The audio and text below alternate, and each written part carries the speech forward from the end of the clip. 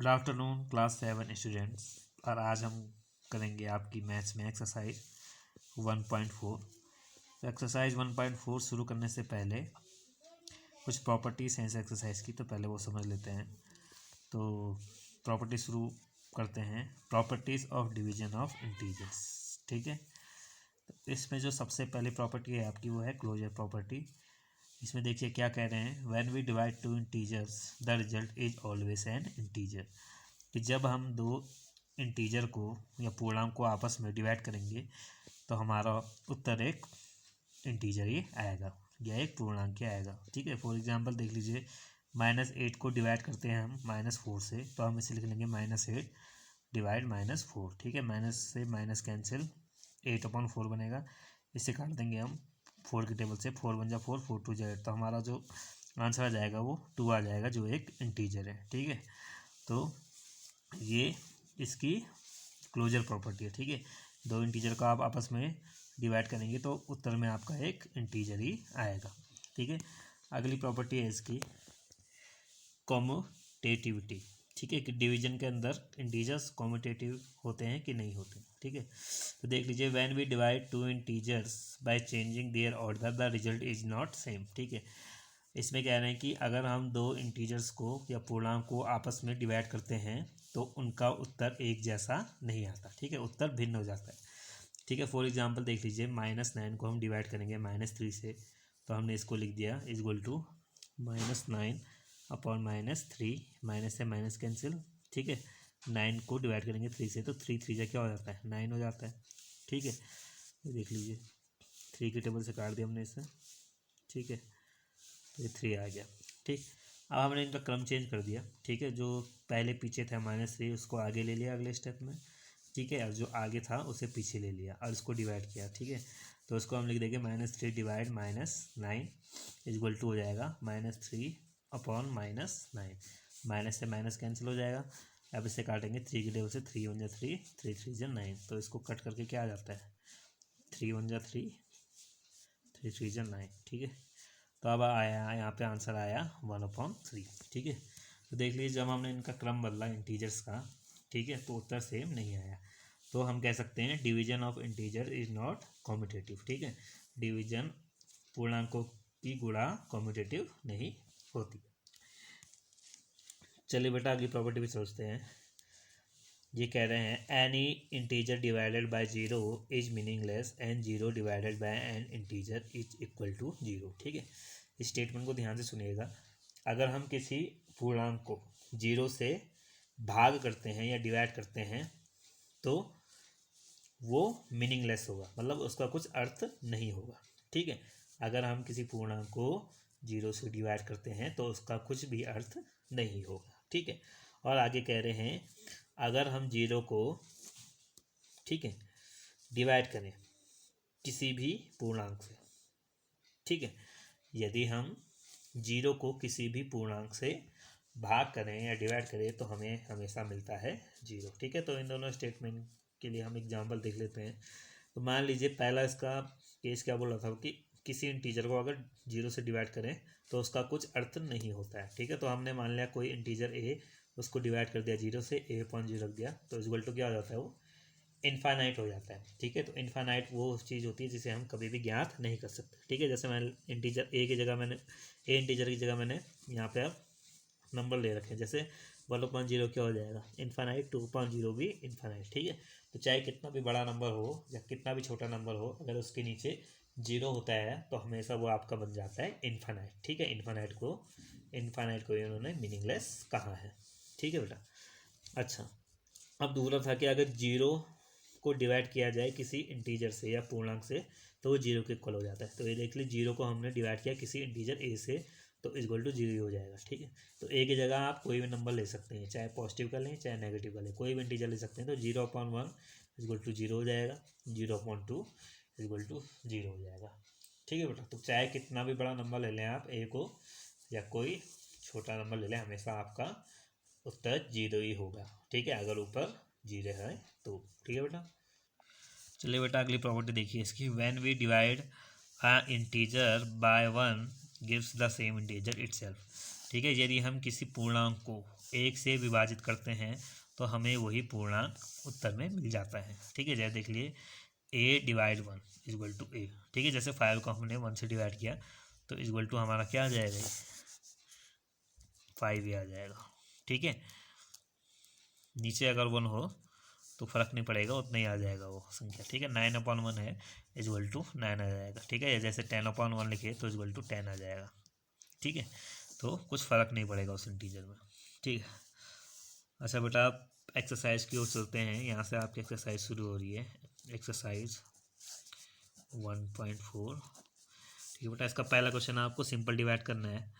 ठीक है, -30 को आपको डिवाइड करना है 10 से। ठीक है, तो -30 को डिवाइड करेंगे 10 से तो लिख देंगे -30/10, 0 से 0 कैंसिल, ये बनेगा -3/1। ठीक है, और देख लीजिए इसमें प्रॉपर्टी लग गई कि अगर कोई भी इंटीजर अगर 1 से डिवाइड हो रहा है तो उस इंटीजर पर कोई फर्क नहीं पड़ता, वही उत्तर आ जाता है। ठीक है, जो ये वाली प्रॉपर्टी हमारी थी ऊपर। ठीक है, वही वाली प्रॉपर्टी का यूज हो रखा है।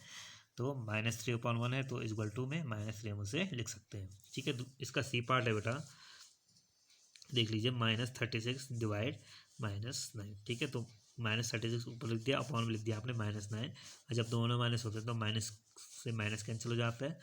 ठीक है, इसे काटेंगे आप, ये बनेगा 36/9। इसे काटेंगे आप तो बेटा ये बनेगा 9 × 1 = 9, 9 × 4 = 36। ठीक है, 4/1 बनेगा। ठीक है, अब जब इस तरीके से होता है कोई इंटीजर अगर 1 से डिवाइड हो रहा हो तो वही इंटीजर आ जाता है, तो यहाँ पे आ जाएगा 4। ठीक है, अच्छा इसका देख लीजिए बेटा, आई वाला पार्ट देखिए इसका, ये देख लीजिए इसमें आपको क्या दे रखा है, -6 + 5 डिवाइड -2 + 1। ठीक है बेटा, तो इसमें आपका बॉड मास का रूल लगेगा। ठीक है, तो बॉड मास में आपको पता है कि सबसे पहले कौन सा ब्रैकेट खोलते हैं हम, ये वाला। ठीक है, सिंपल ब्रैकेट खोलते हैं, तो ये वाला ब्रैकेट हमने खोल दिया। ठीक है, ये इस ब्रैकेट से इसको बाहर निकालो तो -2 + 1 हो गया, इसको भी इस ब्रैकेट से बाहर निकालो तो -6 + 5 हो गया। ठीक है, अब देख लीजिए bracket open, divide, multiply, add, subtract, तो इसमें सीधा ऐड है, यहाँ भी ऐड है तो हम इनसे ऐड कर लेंगे। ठीक है, तो -6 + 5 है, एक माइनस का एक प्लस का है तो माइनस हो जाएगा, 6 में से 5 गया 1 आ जाएगा, और बड़ा 6 है। ठीक है, 5 से बड़ा क्या है 6 है, और तो उसका साइन यहाँ पे आ जाएगा -1। डिवाइड का साइन ऐसे लग जाएगा, तो ये देख लीजिए माइनस प्लस, एक माइनस का एक प्लस का है तो होगा माइनस ही। -2 + 1 है तो 2 में से 1 गया, कितना बचेगा 1 ही बचेगा, और ये बड़ा है 1 से तो उसका साइन आ जाएगा -1। ठीक है, लास्ट में हम इससे लिख देंगे -1 डिवाइड -1। ठीक है, माइनस से माइनस कैंसिल हो जाएगा, 1/1 कितना बनेगा आपका 1 ही बनेगा। ठीक है बेटा, तो बेटा ये क्वेश्चन आपको घर से करने हैं। ठीक है, ऊपर जो क्वेश्चन हमने किए, ठीक है 3 पार्ट जो किए उन्हीं के बेस पे आपको ये क्वेश्चन घर से करने हैं। ठीक है बेटा, तो इन्हें वीडियो पॉज करके आप इन क्वेश्चन को नोट कर लीजिएगा अपनी नोटबुक में। चलिए बेटा अगले क्वेश्चन की ओर बढ़ते हैं, जो इस तरीके से verify that a divide bracket b + c is not equal to a divide b + a divide c for each of following values of a b and c। ठीक है, आपको a b c के कुछ मानों के लिए इसको सिद्ध करना है। ठीक है, मतलब आपने LHS is not equal to RHS आपको दिखाना है, तो इसके लिए आप LHS भी सॉल्व करेंगे और RHS भी सॉल्व करेंगे। ठीक है, तो देख लीजिए पहले पार्ट में आपको a की वैल्यू ये दे रखी है, a = 12, b = -4, c = 12, और आपको वेरीफाई क्या करना है, सिद्ध आपको ये करना है a divide bracket b + c is not equal to a divide b + a divide c। ठीक है, तो पहले आप इसका LHS ले लेंगे बायां पक्ष। ठीक है, a डिवाइड b + c है, आपने लिख लिया a डिवाइड b + c। ठीक है, अब इस a की जगह आपको 12 रखना है, b की जगह इसमें -4 और c की जगह आपको 2 रखना है। ठीक है, तो a की जगह आपने 12 रख दिया, डिवाइड कर दिया। ठीक है, अच्छा -4 इसको सॉल्व करेंगे इस वाले ब्रैकेट को। ठीक है, तो एक माइनस का एक प्लस का, माइनस प्लस क्या होता है आपस में माइनस ही होता है, तो 4 में से 2 गया 2, और 4 बड़ा है 2 से तो इसका साइन आ जाएगा -2। ये ब्रैकेट के बाहर आ जाएगा तो आएगा 12 डिवाइड -2। तो जब ऐसे होता है, ठीक है, तो ये माइनस वाला साइन ऊपर चले जाता है। ठीक है, तो अगले स्टेप में हम इसे ऊपर ले गए और हमने इसे सॉल्व किया, 2 से ही जा 12। ठीक है, तो -6 आ जाता है आंसर। ठीक है, तो ये LHS था। अब RHS आप सॉल्व करेंगे। RHS देखिए आपका ये था a divide b + a divide c, तो पहले आपने लिख दिया RHS a divide b + a divide c। ठीक है, a आपको दे रखा था ऊपर, कितना करना था 12, b आपको -4 रखना था, ठीक है, सी आपको 2 रखना था, ठीक है। तो आपने इसमें रख लिया, ठीक है, RHS में इन सबको और सॉल्व कर लिया। तो 12 डिवाइड -4 है, इसको लिख दिया 12/-4 प्लस 12 डिवाइड 2 है तो इसे लिख दिया 12/2, ठीक है। फिर वही चीज़, ये माइनस का साइन ऊपर चला जाएगा अगले स्टेप में, तो -12/4 होगा प्लस 12/2 होगा, ठीक है। इसे आप कट करेंगे 4 के टेबल से, 4 1 क्या होता है 4, 4 3 12, इस तरीके से 2 1 2, 2 6 12, ठीक है। तो ये आ गया -3, 4 3 12 और माइनस का साइन यहाँ पे, तो माइनस का साइन लग जाएगा, प्लस 2 6 12 होता है, ठीक है, 2 1 2, 2 6 12, तो यहाँ पे 6 आ गया। अब देख लीजिए, एक माइनस का है एक प्लस का है, तो माइनस प्लस क्या होता है, माइनस होता है, 6 में से 3 गया, उत्तर आएगा 3, ठीक है।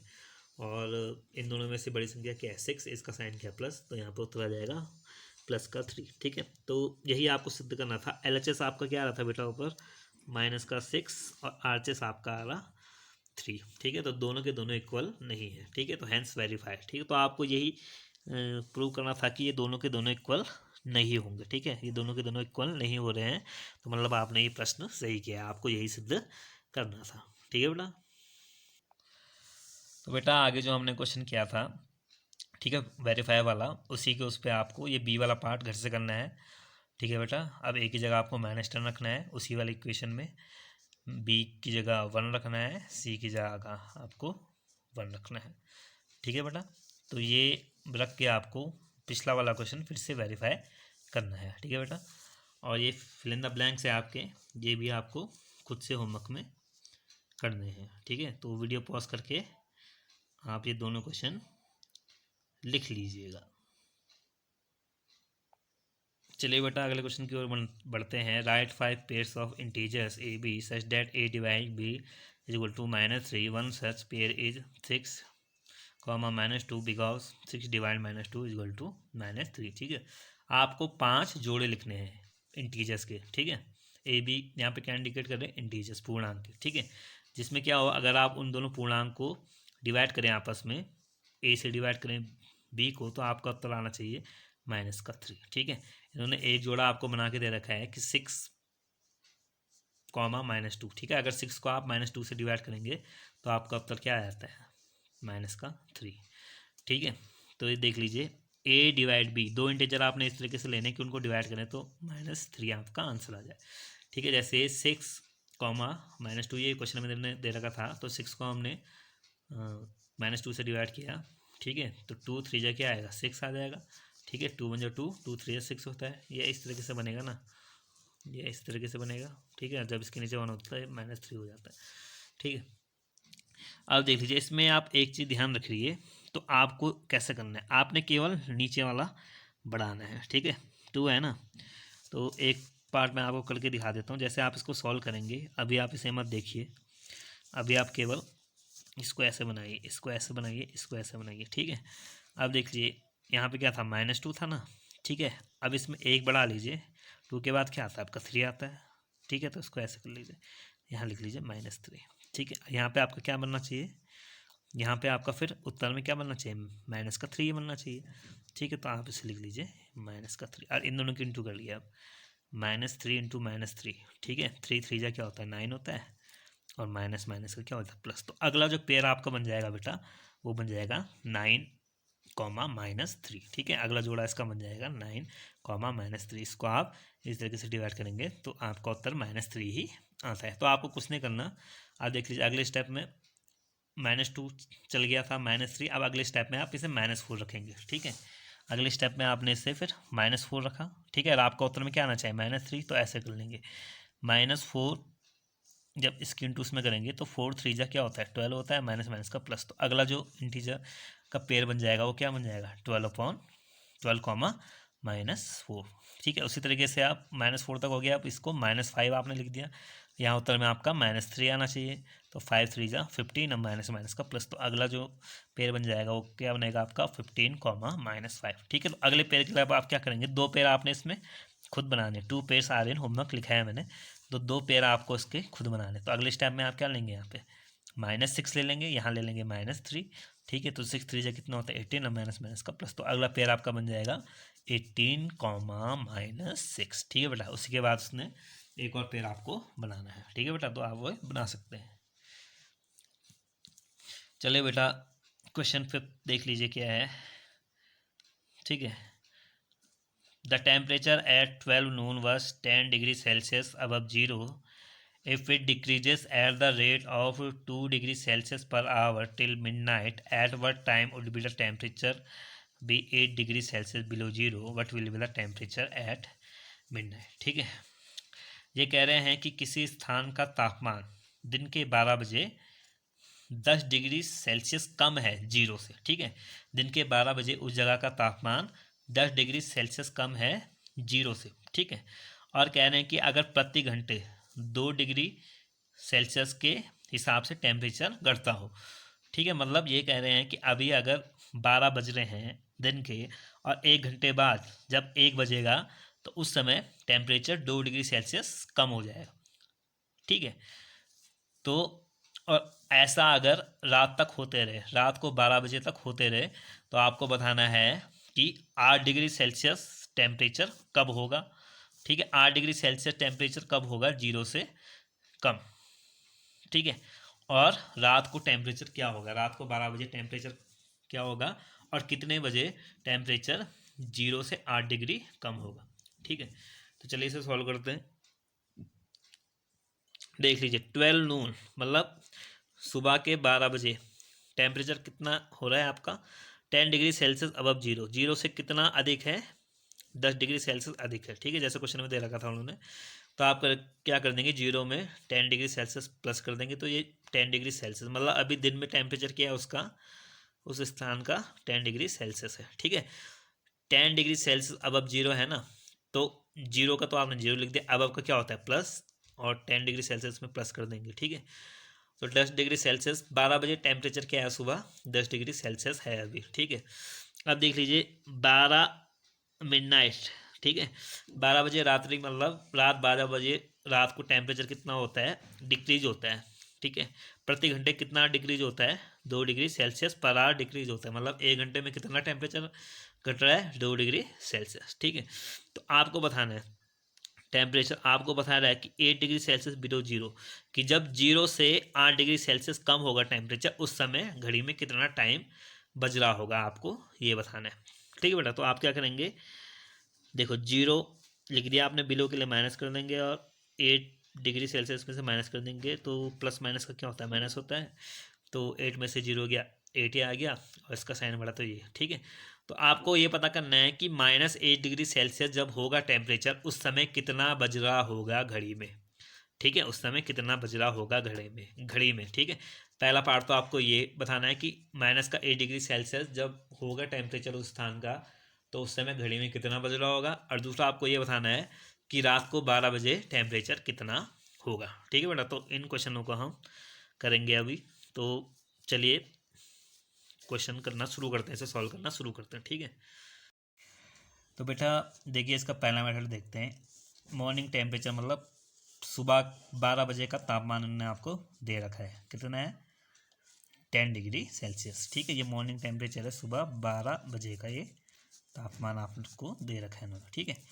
और ये कह रहे हैं कि जब टेम्परेचर -8 डिग्री सेल्सियस होगा उस समय टाइम क्या होगा, उस समय समय क्या होगा, ठीक है। तो ये आपको बताना है इसमें। तो ये देख लीजिए हमें पता है कि 1 घंटे में कितना टेम्परेचर घट रहा है 2 डिग्री सेल्सियस टेम्परेचर घट रहा है, ठीक है। जो नीचे वाला एरो है वो क्या दिखा रहा, डिक्रीज हो रहा है कि टेम्परेचर कम हो रहा, ठीक है। 1 घंटे में कितना डिग्री टेम्परेचर कम हो रहा 2 डिग्री सेल्सियस, ठीक है।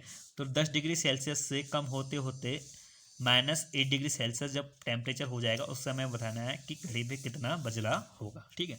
तो देख लीजिए इससे क्या लिख सकते हैं आप 1 आवर इज इक्वल टू, इसको क्या लिख सकते हैं 2 को आप क्या लिख सकते हैं 2 इंटू 1 लिख सकते हैं भाई, 2 1 जा 2 ही तो होगा, तो 2 इंटू 1 डिग्री सेल्सियस आपने लिख दिया, ठीक है।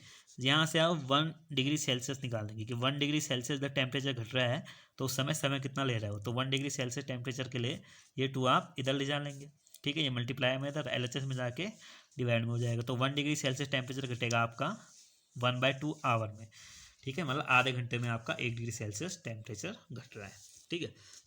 अब देख लीजिए आपने अभी आपका टेम्परेचर है 10 डिग्री सेल्सियस और आपको जाना है -8 डिग्री सेल्सियस पर, ठीक है। तो इनका आप अंतर निकाल लीजिए कि इन दोनों टेम्परेचर के बीच में कितने डिग्री सेल्सियस का अंतर है। ठीक है, तो देख लीजिए बड़ा वाला टेम्परेचर क्या है आपका 10 डिग्री सेल्सियस बड़ा है। ठीक है, -8 से 10 डिग्री सेल्सियस बड़ा है, तो बड़े में से छोटा घटाएंगे, तो 10 डिग्री सेल्सियस में से आप माइनस करेंगे -8। ठीक है, 10 डिग्री सेल्सियस में से आपने माइनस कर दिया -8। ठीक है, तो 10 का 10 माइनस से क्या होता है प्लस, तो 10 + 8 कितना हो जाएगा 18 डिग्री सेल्सियस। तो अब आपको बताना है कि 18 डिग्री सेल्सियस टेम्परेचर घटने में कितने घंटे लगेंगे। ठीक है, तो देख लीजिए 1 डिग्री सेल्सियस में कितना लग रहा था 1/2 आवर लग रहा था, आधा घंटा लग रहा था। तो 18 डिग्री सेल्सियस में कितना लगेगा देख लीजिए, उससे कैसे लिखेंगे 18 डिग्री सेल्सियस को आप लिख लेंगे 18 × 1 डिग्री सेल्सियस। ठीक है भाई, 18 1 जा क्या होता है 18 ही तो होता है। ठीक है, तो 18 का 18 इंटू, आप देख लीजिए 1 डिग्री सेल्सियस का हिसाब आपने ऊपर निकाल लिया था। 1 डिग्री सेल्सियस कटने में कितना लग रहा था, हाफ आवर लग रहा था।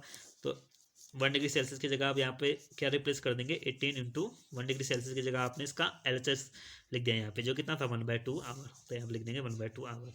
तो इससे डिवाइड करेंगे, 2 1 2, 2 9 18। ठीक है, ये 2 से काटेंगे आप, 2 के टेबल से, 2 1 2, 2 9 18। ठीक है, ये 9 हो जाएगा, और 9 × 1 क्या होता है 9 होता है, तो 9 घंटे लगेंगे। ठीक है, तो देख लीजिए अभी टाइम कितना है, जब 10 डिग्री टेम्परेचर है, 10 डिग्री सेल्सियस टेम्परेचर है, 12 बज रहे हैं। ठीक है, और जब इसमें 9 घंटे जोड़ेंगे तब टेम्परेचर कितना हो जाएगा आपका -8 डिग्री सेल्सियस। तो इसी का टाइम तो बताना है आपने कि -8 डिग्री सेल्सियस जब टेम्परेचर होगा तो टाइम क्या होगा। ठीक है, तो इसमें जोड़ दीजिए आप, 12 AM में आप 9 घंटे जोड़ दीजिए। ठीक है, तो 9 घंटे आप जब जोड़ेंगे तो जो आपका टाइम मिलेगा वो आपको मिलेगा 9 PM का। ठीक है, तो इसे आप घड़ी के उससे समझ सकते हैं। देख लीजिए जैसे आपको 9 घंटे इसमें जोड़ने हैं। ठीक है, 9 घंटे आपने जोड़ने हैं। ठीक है, तो 12 के बाद क्या बचेगा, 1 बजेगा, फिर 2 बजेगा, फिर 3 बजेगा, फिर 4 बजेगा। ठीक है, फिर 5 बजेगा, फिर 6, फिर 7। ठीक है, तो यहाँ तक देख लीजिए कितने, तो 1 घंटा यहाँ पे हो गया 1 बजने में, फिर 1 घंटा यहाँ पे हो गया, फिर 2 से 3 बजने में 1 घंटा हो गया, 3 से 4 बजने में 1 घंटा हो गया, फिर 4 से 5 बजने में 1 घंटा हो गया, 5 से 6 बजने में 1 घंटा हो गया। ठीक है, 6 से 7 बजने में 1 घंटा हो गया। तो देख ले कितने हो गए, 1 2 3 4 5 6 7। ठीक है, 7 घंटे ही हो गए, 7 से 8 में आपका 8वां घंटा हो जाएगा। ठीक है, और 8 से 9 में आपके 9 घंटे पूरे हो जाते हैं। ठीक है, तो ये सारे घंटे आप जोड़ेंगे 12 से लेके यहाँ तक 9 तक, तो आपके पूरे 9 घंटे हो जा रहे हैं। ठीक है, तो 9 घंटे बाद टाइम क्या मिल रहा है आपको 9 बजे। तो रात के 9 बजे आपका टेम्परेचर कितना हो जाएगा, ये -8 डिग्री सेल्सियस आपका टेम्परेचर हो जाएगा रात के 9 बजे। चलिए बेटा इसका दूसरा पार्ट देखते हैं कि 1 घंटे में अगर 2 डिग्री सेल्सियस टेम्परेचर घट रहा है तो आपको बताना है कि रात के 12 बजे, ठीक है, रात के 12 बजे कितना टेम्परेचर होगा। ठीक है, तो दिन के 12 बजे से आपने शुरू करना है, रात के 12 बजे तक आपने देखना है कि कितना टेम्परेचर होगा। ठीक है, कितना टेम्परेचर हो जाएगा घट के। ठीक है, तो ये देख लिए 12 के बाद जाहिर सी बात है दिन में 12 बज रहे हैं, उसके बाद 1 बजेगा, 2, फिर 3 4 5 6 7 8 9 10 11, और फिर बजेगा रात में कभी 12। ठीक है, तो इन दोनों के बीच में आप अंतर देख लीजिए कितने घंटों का अंतर है। ठीक है, तो यहाँ से आप गिनेंगे 1 2 3 4 5 6 7 8 9 10 11 12। तो इनके बीच में कितने घंटे का अंतर है, जब रात दिन के 12 बजे से रात के 12 बजने में कितने घंटों का अंतर आया 12 घंटों का। ठीक है, तो आप लिख लेंगे इस 12 आवर को क्या लिख सकते हैं आप 12 × 1 आवर। ठीक है, अब 12 को 12 रहने देंगे। 1 घंटे में कितना टेम्परेचर घट रहा था 2 डिग्री सेल्सियस। ठीक है, तो 1 घंटे में आपको पता है 2 डिग्री सेल्सियस घट रहा था, तो आपने 1 आवर की जगह यहाँ पे 2 डिग्री सेल्सियस लिख दिया। तो ठीक है, 12 × 2 कितना होगा 24 डिग्री सेल्सियस। ठीक है, तो दिन के 12 बजे से रात के 12 बजे तक कितना टेम्परेचर घटेगा आपका 24 डिग्री सेल्सियस टेम्परेचर घट जाएगा। ठीक है, तो अब देख लीजिए एट मिडनाइट टेम्परेचर, रात को 12 बजे टेम्परेचर क्या होगा, प्रेजेंट टेम्परेचर जो अभी का तापमान है आपका, ठीक है, उसमें से माइनस कर देंगे डिक्रीज टेम्परेचर। तो अभी 12 बजे का तापमान कितना है आपका, दिन के 12 बजे का तापमान है 10 डिग्री सेल्सियस। ठीक है, और उसमें माइनस कर देंगे जितना आपका घट रहा है, कितना घट रहा था रात के 12 बजे तक 24 डिग्री सेल्सियस, तो 10 डिग्री सेल्सियस -24 डिग्री सेल्सियस करेंगे, तो एक प्लस का एक माइनस का, प्लस माइनस का क्या होता है माइनस होता है, तो 24 में से 10 माइनस करेंगे तो 14 आ जाएगा, ठीक है। और इन दोनों में से बड़ा क्या है, 10 डिग्री सेल्सियस बड़ा है कि 24 डिग्री सेल्सियस। 24 डिग्री सेल्सियस, इसका साइन इस पे लग जाएगा, तो -14 डिग्री सेल्सियस। तो मतलब रात के 12 बजे टेम्परेचर कितना हो जाएगा आपका, -14 डिग्री सेल्सियस, ठीक है बेटा। चलिए बेटा, इसी क्वेश्चन का दूसरा मॉडल देख लेते हैं नंबर लाइन के हिसाब से, ठीक है बेटा।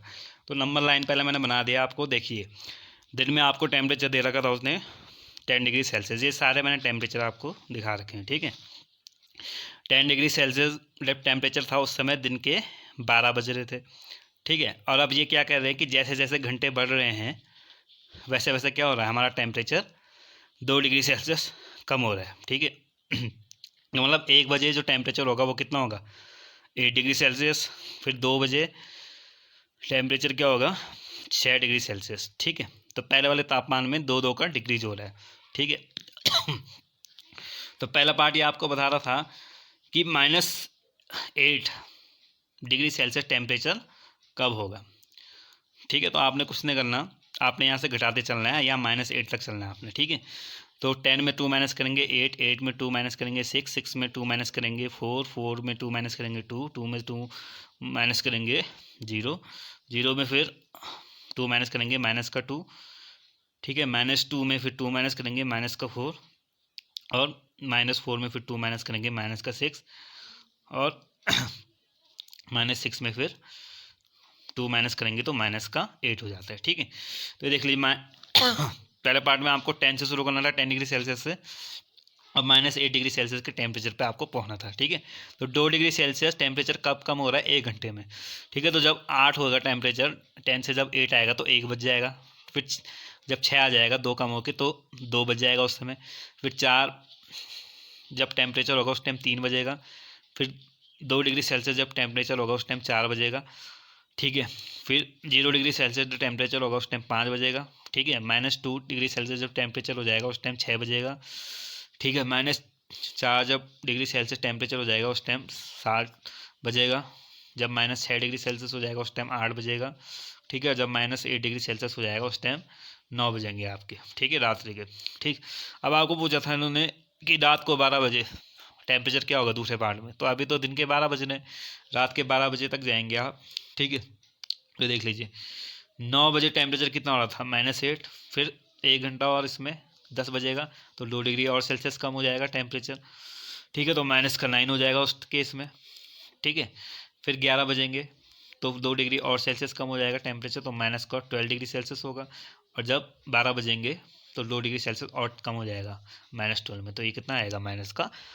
तो ठीक है, आप इस मेथड से भी कर सकते हैं, नंबर लाइन के मेथड से, और जो आपको आगे मेथड बताया उससे भी आप कर सकते हैं। दोनों ही मेथड आपके सही हैं। चलिए बेटा, नेक्स्ट क्वेश्चन की ओर आपके बढ़ते हैं। इन अ क्लास टेस्ट, आपका कोई क्लास टेस्ट होता है बेटा, उसमें अगर आप सही उत्तर देते हैं तो आपको +3 नंबर दिए जाते हैं, गलत उत्तर आप देते हैं तो -2 अंक आपके काटे जाते हैं, ठीक है। एक सही उत्तर पे आपको +3 नंबर मिलते हैं, एक गलत उत्तर पे आपको -2 नंबर आपके काटे जाते हैं। और अगर आपने क्वेश्चन छोड़ दिया है, नहीं किया है वो क्वेश्चन, तो आपको 0 नंबर मिलेंगे, ठीक है। तो ये कह रहे हैं राधिका नाम की कोई लड़की है बेटा, इस टेस्ट में बैठती है और उसके कुल कितने अंक आते हैं, 20 मार्क्स उसके आते हैं। करेक्ट आंसर वो देती है आपके 12, तो आपको बताना है रॉन्ग आंसर वो कितने देगी, ठीक है। तो आपने कुछ नहीं करना, Radhika score is equal to आपने लिखना है total correct score plus total wrong score. भाई इन दोनों का जोड़ होगा तभी तो पता चलेगा कि राधिका का स्कोर कितना आया, जब उसके करेक्ट वाले भी जोड़ेंगे वो, रॉन्ग वाले भी नंबर जोड़ेंगे, तभी तो पता चलेगा उसका स्कोर कितना आएगा, ठीक है, ठीक है। तो total correct score total correct score कैसे निकल जाएगा, देख लीजिए।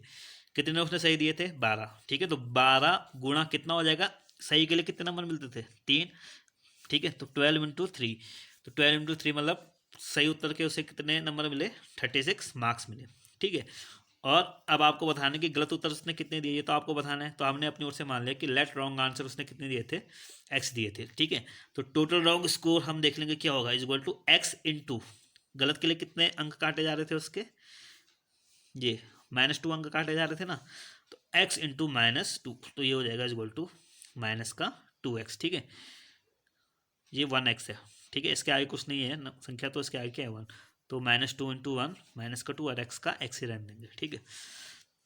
तो आप देख लीजिए, इस वाले क्वेश्चन में रख देंगे इसे, राधिका स्कोर कितना था आपका, लास्ट में आपको इस वाले इक्वेशन में रखना है ये दोनों चीज़ें, ठीक है। ये देखिए, तो माफ़ करिएगा, यहाँ नहीं, ये आएगा यहाँ से, ये ठीक है। यहाँ से हमने यहाँ रख दिया। राधिका स्कोर कितना है आपका? 20 दे रखा था उन्होंने क्वेश्चन में ऊपर ही। टोटल स्कोर इसका कितना है? 20 is equal to total correct score जो आपने निकाला वो कितना है? 36 प्लस कर देंगे इसमें टोटल रॉन्ग आंसर, ठीक है। यहाँ पे थोड़ा ये देख लीजिए, इसकी तरह के प्लस कर देंगे रॉन्ग वाला इसको, ठीक है। तो ये हो जाएगा आपका 36 प्लस माइनस का माइनस हो जाता है, ठीक है। तो ये आएगा आपका इस तरीके से, ये आपका आएगा 20 is equal to 36 minus 2x, ठीक है।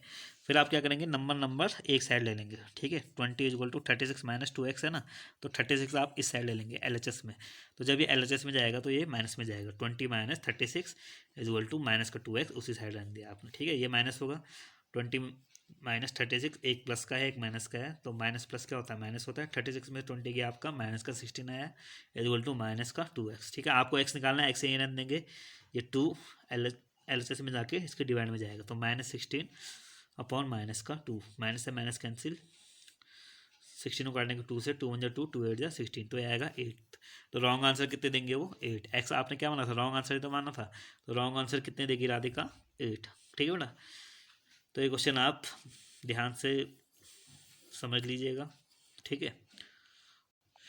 अब देख लीजिए ऊपर जो हमने क्वेश्चन किया उसी पे एक क्वेश्चन है आपका मोहिनी स्कोर, कि मोहिनी के कितने नंबर आते हैं? टोटल नंबर आते हैं उसके -5, और वो राइट आंसर देती है बेटा आपको, या करेक्ट आंसर आपको देती है वो 7। तो आपको बताना है वो रॉन्ग आंसर कितने उसने दिए हैं। तो सेम जो पहला वाला क्वेश्चन था राधिका वाला, सेम वैसे ही आपने इसको प्रोसीड करना है, ठीक है। रॉन्ग आंसर आप x मान लेंगे, ठीक है, और राइट आंसर 7 है। तो अब प्रत्येक के लिए कितने मिल रहे थे उससे? प्रत्येक के लिए मिल रहे थे उससे प्लस के 3, तो 7 में आप मल्टीप्लाई कर देना प्लस का 3, तो ये कुछ 21 बन जाएगा, ठीक है। और रॉन्ग के लिए रॉन्ग आप x मानेंगे कि x उसने रॉन्ग दिए, तो ये माइनस का 2x बन जाएगा, ठीक है। फिर इन दोनों को जोड़ के आप इसके को रख देना, आंसर निकाल लेना, ठीक है। तो चलिए बेटा चलते हैं आपके नेक्स्ट और लास्ट क्वेश्चन पे। An elevator descends into a mine shaft at the rate of 6 metre per minute. If the descent starts from 10 metre above the ground level, how long much it take to reach -350 metre, ठीक है। देख लीजिए बेटा, आपको figure के उससे समझाते हैं, ठीक है। एक शेफ्ट है, ठीक है, इसको ये धरती से, ठीक है, धरती से कितना ऊपर है? ये 10 मीटर ऊपर उड़ रहा है, ठीक है। और इसको नीचे आना है, ठीक है, धरती से नीचे आना है। यहाँ पे ये ग्राउंड है, ठीक है, ये सरफेस है, सरफेस ऑफ अर्थ है, इसके नीचे आना है इसने कितना? माइनस का 350 मीटर नीचे आना है, ठीक है। और अगर ये कह रहे हैं कि अगर ये 1 मिनट में 6 मीटर नीचे आता हो, ठीक है, 1 मिनट में ये शेफ्ट 6 मीटर नीचे आता हो। 1 मिनट में कितना नीचे आ रहा है? 6 मीटर। तो आपको बताना है कि यहाँ से यहाँ तक पहुँचने में 10 मीटर ऊपर से धरती के नीचे -350 मीटर पहुँचने में इससे कितना समय लगेगा, ठीक है। तो देख लीजिए बेटा 10 मीटर ऊपर से शुरू करेगा, ये धरती के 10 मीटर ऊपर से शुरू करेगा, तो वो क्या होगा? इसका इनिशियल पोजीशन हो जाएगी, ठीक है, और इसकी फाइनल पोजीशन क्या हो जाएगी? धरती के -350 मीटर नीचे, ठीक है। तो आपने पहले इसका वो निकालना है कि ये कुल कितना डिस्टेंस कवर करेगा। तो टोटल डिस्टेंस कवर्ड हो जाएगा इसका बराबर initial position minus final position. Initial position क्या थी इसकी? 10 मीटर, और फाइनल पोजीशन इसकी क्या थी? माइनस का 350 मीटर, ठीक है। तो 10 माइनस ब्रैकेट माइनस 350 कर देंगे, तो 10 माइनस माइनस का हो जाएगा प्लस, 10 प्लस 350 मीटर, तो यह आएगा 360 मीटर। मतलब कुल कितना दूरी ये चलेगा यहाँ से यहाँ तक पहुँचने में, कुल कितनी दूरी चलेगा? 360 मीटर की, ठीक है। अब देख लीजिए descend rate 6 metre per minute है, मतलब 1 मिनट में कितना नीचे आ रहा हो? 6 मीटर, ठीक है। तो आप निकाल देंगे इसको, 1 मिनट इज इक्वल टू उसे लिख देंगे 6 × 1, ऐसे 6 × 1 करेगा तो 6 तो बनेगा, ठीक है। तो 6 × 1 लिख देंगे इसे, 6 × 1 मीटर, ठीक है। तो यहाँ से 1 मीटर का हिसाब आप निकाल देंगे, तो 1 मीटर नीचे कितना आएगा वो? 1 मीटर नीचे आने में से कितना समय लगेगा, 1/6 मिनट। ठीक है, ये मल्टीप्लाई का जो 6 था वो यहाँ अगले स्टेप में जाके डिवाइड में चले जाएगा। तो 1 मीटर नीचे आने में से कितना समय लगेगा, 1/6 मिनट। ठीक है, तो 360 मीटर नीचे आने में से कितना समय लगेगा, तो 360 मीटर को आप कर सकते हैं 360 इंटू 1 मीटर। ठीक है, तो 360 इंटू, अब देख लीजिए 1 मीटर पे 1 मीटर नीचे आने में से कितना समय लग रहा था, 1/6 मिनट। ठीक है, तो 360 इंटू 1 मीटर की जगह लिख देंगे यहाँ पे 1/6 मिनट। ठीक है, इसे डिवाइड कर देंगे, 6 से काट देंगे इसे, 6 6 जा 36। ठीक है, 0 का 0, तो 60 मिनट लगेंगे इसे। तो 60 मिनट कितने होते हैं, 60 मिनट बराबर होता है आपका 1 आवर। तो मतलब 1 घंटा इसको यहाँ से नीचे आने में लगेगा। ठीक है, तो 1 घंटा ऐसे मतलब 60 मिनट लगेगा। ठीक है, तो बेटा आज के लिए इतना ही। तो आपका जो चैप्टर फर्स्ट है वो पूरी तरीके से आज कंप्लीट होता है। हमने इसकी सारी प्रॉपर्टीज़ इस चैप्टर से रिलेटेड कर ली हैं और सारी एक्सरसाइज इसकी कर ली हैं। तो नेक्स्ट सेशन में हम स्टार्ट करेंगे आपका चैप्टर 2। ठीक है बेटा, तो अगर आपको इस टॉपिक से रिलेटेड कोई भी क्वेरीज हो तो आप ज़रूर बताइएगा। ठीक है, और पॉजिटिव रिस्पांस अगर आपके आएंगे इस चैप्टर के प्रति, ठीक है, तभी आपको चैप्टर 2 कराया जाएगा। ठीक है, तो आपसे मैं पॉजिटिव रिस्पांस चाहता हूँ कि आप सारी चीज़ें एक बार फिर से देखें। अगर आपको कुछ समझ नहीं आता तो दोबारा आप पूछ सकते हैं अपनी प्रॉब्लम। ठीक है बेटा, बाकी ठीक है, फिर मिलते हैं अगले वीडियो में। ठीक है, और इस चैनल को लाइक और सब्सक्राइब ज़रूर कीजिएगा ताकि कोई भी नई वीडियो आए तो आपको नोटिफिकेशन मिल जाए। धन्यवाद, take care, stay home, stay safe.